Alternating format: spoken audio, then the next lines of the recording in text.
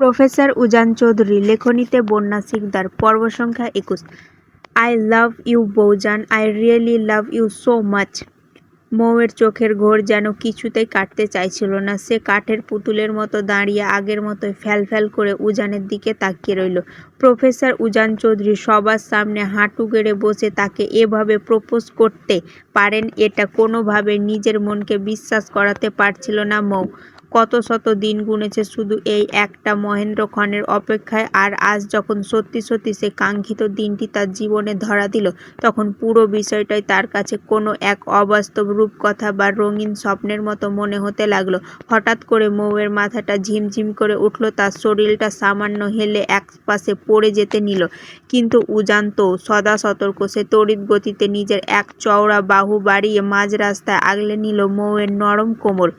মৌ এক হাত উজানের কাঁধে রেখে হতবাক হয়ে তার চোখের দিকে তাকিয়ে রইল। এই মানুষটা কিভাবে এত নিখুঁতভাবে বোঝে যে কোন মুহূর্তে মৌয়ের তাকে সবচেয়ে বেশি দরকার। উজান প্রথমে কিছুটা রক্তচক্ষু নিয়ে রাগী দৃষ্টিতে তাকালো মৌয়ের দিকে। এই মেয়েটা সব সময় এমন বেখেয়ালিপনা করে, নিজের শরীরটাকে একটুও কি ব্যালেন্স করে রাখা যায় না? তবে পরক্ষণে মৌয়ের ফ্যাকাশে মুখটা দেখে উজানের নিজের ভেতরের রাগটা স্বাভাবিক করে নিল।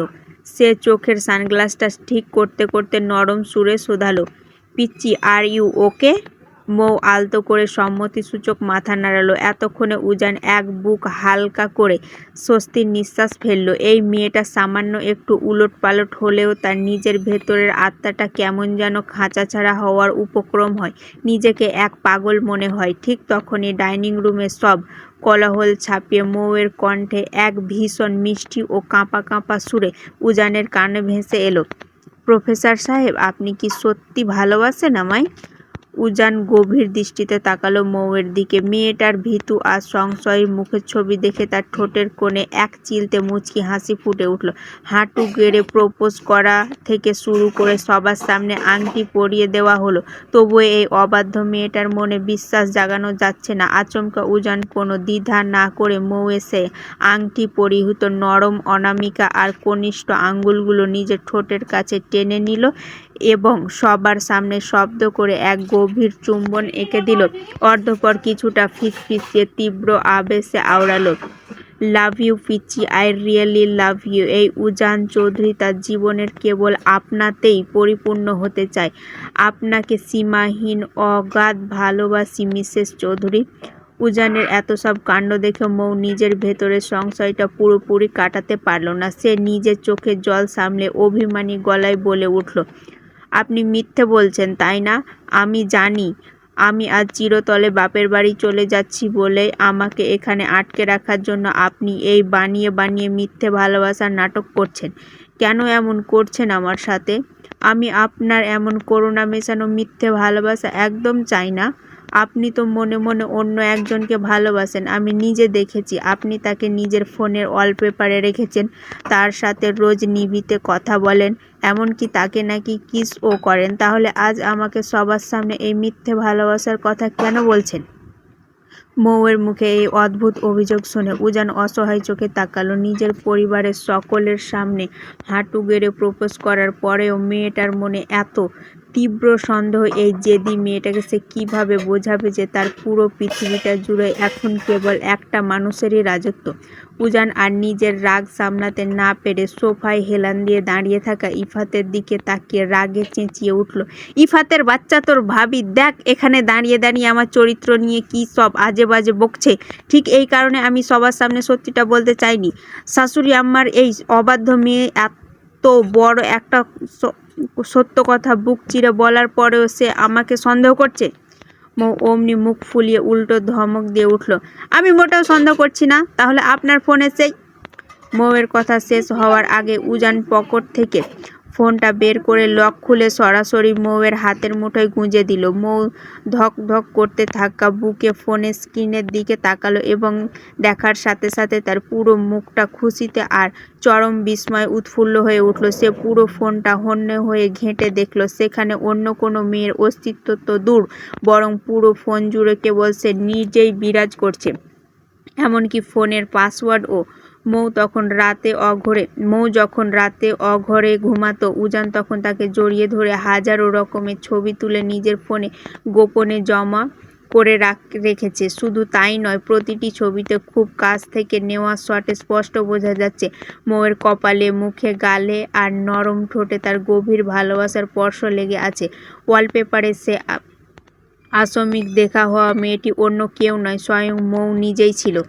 এক পলক মৌ নিজের ফোনের দিকে তাকালো, আর পরক্ষণে উজানের সে গভীর ও নেশাদুর চাহনি দেখে লজ্জায় রাঙা হয়ে একদম নুয়ে গেল। তার ফর্সা গাল দুটো তখন লজ্জায় লাল আপেলের মতো দেখাচ্ছিল। ঠিক তখনই কিছু বুঝে ওঠার আগে মৌ হুট করে নিজেকে শূন্য ভাসতে দেখল। উজান এক ঝটকায় কোনো রকম পূর্ব ঘোষণা ছাড়াই মৌকে নিজের দুই বাহুতে পাঁজা কোলে তুলে নিয়েছে। আচমকা এমন হওয়া মৌ তড়িঘড়ি করে পড়ে যাওয়ার ভয়ে উজানের শার্টের কলারটা দুই হাত দিয়ে শক্ত করে খামচে ধরল এবং লজ্জায় নিজের চোখ মুখ খিচে শক্ত করে বন্ধ করে নিল। ঠিক পরের মুহূর্তে প্রফেসরের কণ্ঠস্বর তার কানের কাছে প্রতিধ্বনিত হয়ে ভেসে এলো, ডিয়ার ড্যাড অ্যান্ড রেসপেক্টেড শ্বশুর আব্বা, আপনাদের এই অতি আদরের কন্যা তো নিচে দাঁড়িয়ে আমার মুখের কথায় বিশ্বাস করছে না যে আমি তাকে কতটা লাভ করি। সেই জন্য ওকে এখন সোজা নিজের বেডরুমে নিয়ে যাচ্ছি। সেখানে একদম দরজা লক করে ওকে হাতে কলমে প্রমাণসহ দেখিয়ে দেবো যে আমি আমার শাশুড়ি আমার এই অবাধ্য তেড়ামুখ মেয়েটাকে সত্যি সত্যি কতটা মারাত্মক লেভেলের লাভ করি। এই বলে উজান কোলে থাকা লাল শাড়ি পরা বউকে নিজের বুকের সাথে আরো শক্ত করে চেপে ধরে গটগট করে সিঁড়ি বেয়ে ওপরের রুমের দিকে উঠতে লাগলো। ওদিকে নিচ থেকে ইফাত তাদের এই রোম্যান্টিক প্রস্থান দেখে আর নিজেকে সামলাতে পারল না। সে দাঁতের নিচে আঙ্গুল চেপে এক জোরে ও দীর্ঘ শীষ বাজিয়ে উঠল। উজান মৌকে নিজের দুই বাহুতে পরম যত্নে জড়িয়ে ধরে রুমে নিয়ে এলো। দরজাটা সামান্য আটকে দিয়ে সে মৌকে আলতো করে বিছানার ওপর বেডশিটের ওপর বসিয়ে দিল। মৌ তখনও লজ্জায় নিজের চোখ দুটো বন্ধ করে হৃৎস্পন্দনের দ্রুত ওঠানামা টের পাচ্ছিল, কিন্তু সে কিছু বুঝে ওঠা বা নিজেকে সামলে নেওয়ার আগে উজান ধীরে পায়ে এসে সরাসরি মৌয়ের কোলের ওপর নিজের মাথাটা রেখে শুয়ে পড়ল। শুধু তাই নয়, গভীর এক ভালোবাসার টানে সে মৌয়ের লাল বেনারসি শাড়ির সামান্য সরে যাওয়া উন্মুক্ত পেটে নিজের মুখটা গভীর আবেশে গুঁজে দিল। উজানের ঠোঁটে সে অতর্কিত উষ্ণ ছোঁয়ার সঙ্গে সঙ্গে তীব্রভাবে কেঁপে উঠল মৌ। এক অদ্ভুত, অনাস্বাদিত এবং মাদকতাময় শিহরণ মুহূর্তের মধ্যে বয়ে গেল তার পুরো শরীর জুড়ে। পেটের ভেতরে কোষে কোষে এক অদ্ভুত অনুভূতির সৃষ্টি হলো। মৌয়ের এমন কাঁপাকাঁপি আর অপ্রস্তুত আচরণ টের পেয়ে উজান মুখ তুলে তার দিকে তাকিয়ে এক চিলতে দুষ্টুমি ভরা হাসি হাসল। তারপর আবারও পেটের নরম চামড়ায় মুখ গুজে দিয়ে নিজের নাক দিয়ে আলতো করে ঘুষতে লাগলো। এবার মৌ আর নিজেকে ধরে রাখতে পারল না। সে তড়িৎ গতিতে এক ঝটকায় নিজেকে উজানের কাছ থেকে সরিয়ে বিছানার অন্য কোণে গিয়ে বসল। উজান এবার বিছানার ওপর সোজা হয়ে বসল। সে বড় বড় পা ফেলে আবারও মৌয়ের একদম কাছাকাছি এসে বসল এবং তাদের মধ্যকার ঘনিষ্ঠতা কয়েক গুণ বাড়িয়ে দিল। এখন দুজনের মাঝে চুল পরিমাণ দূরত্ব কোনো অস্তিত্ব নেই। মৌ তখনও লজ্জায় আর আবেশে নিজের চোখ দুটো শক্ত করে বন্ধ করে রেখেছে। উজান মুচকি হেসে নিজের দাড়ি ভরা শক্ত মুখটা মৌয়ের ফর্সা নরম গালে আলতো করে ঘুষতে ঘুষতে মাদকতাময় সুরে বলতে লাগলো, ভালোবাসি তা নিজের মুখে এতবার বলার পরেও আমায় প্রমাণ করতে দিচ্ছেন না কেন মিসেস চৌধুরী? আপনি যদি এভাবে ছটফট করে বারবার দূরে সরে যান, তবে আমি কিভাবে প্রুভ করব যে আমি অনলি আপনারই? কেবলই আপনার প্রফেসর সাহেব।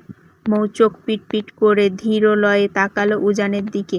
উজানের এই মৃদু উষ্ণ স্পর্শ, তার গায়ে তীব্র পুরুষালী পারফিউমের সুবাসে তার ভীষণ অস্বস্তি ও এক অদ্ভুত মিশ্রণ অনুভূতি হচ্ছিল।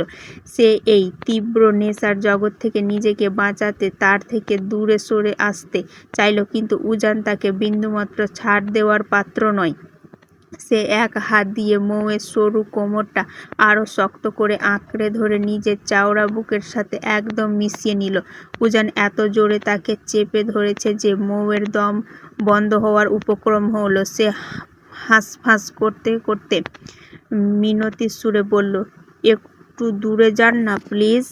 উজান মৌয়ের মুখের দিকে না তাকিয়ে নিজের চোখের তীব্র নেশাক্ত দৃষ্টি দেওয়া ওই লাল টুকটুকে ঠোঁটের ওপর স্থির রেখে উত্তর দিল, এমন পচা কথা একদম মুখে আনবেন না মিসেস চৌধুরী। অনেক দিন অনেকগুলো রাত আপনার থেকে দূরে থেকেছি, বাট আর একটা সেকেন্ডও নয়।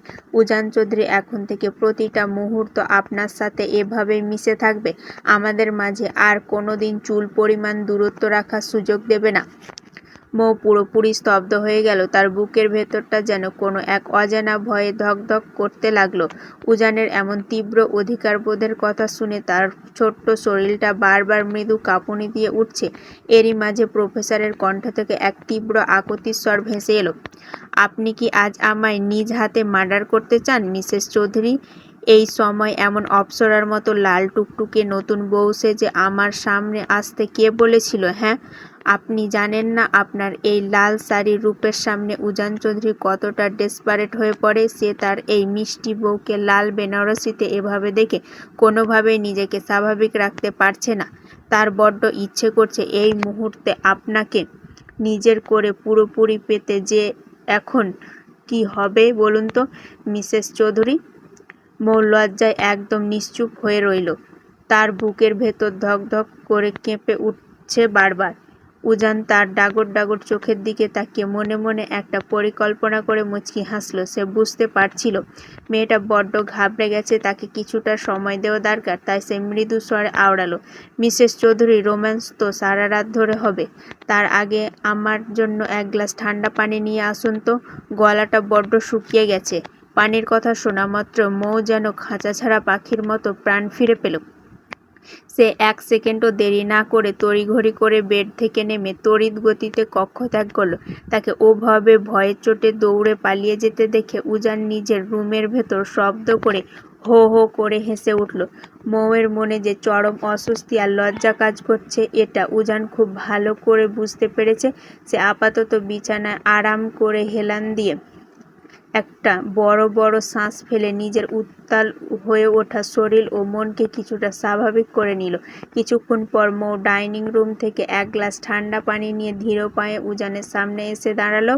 উজান এক পলক তার রাঙা মুখের দিকে তাকিয়ে মৌয়ের হাত থেকে পানির গ্লাসটা নিয়ে এক চুমুকে পুরোটা খেয়ে নিল। পানি খাওয়া শেষ হতেই গ্লাসটা টেবিলের ওপর রেখে সে আবারও এক টান মেরে মৌকে নিজের শক্ত বুকের ওপর ফেলে দিল। মৌ কিছু বুঝে ওঠার আগে উজান ওনার মসৃণ থুতনিতে নিজের ঠোঁট ছোঁয়ালো এবং ফিসফিস করে বলল, আই লাভ ইউ মাই বয়ফ্রি।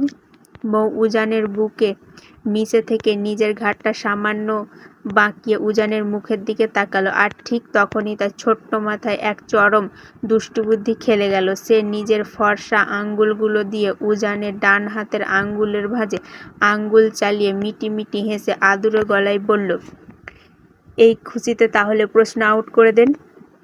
উজানের মুখের স্বাভাবিক ভাব এক সেকেন্ডেই উধাও হয়ে গেল।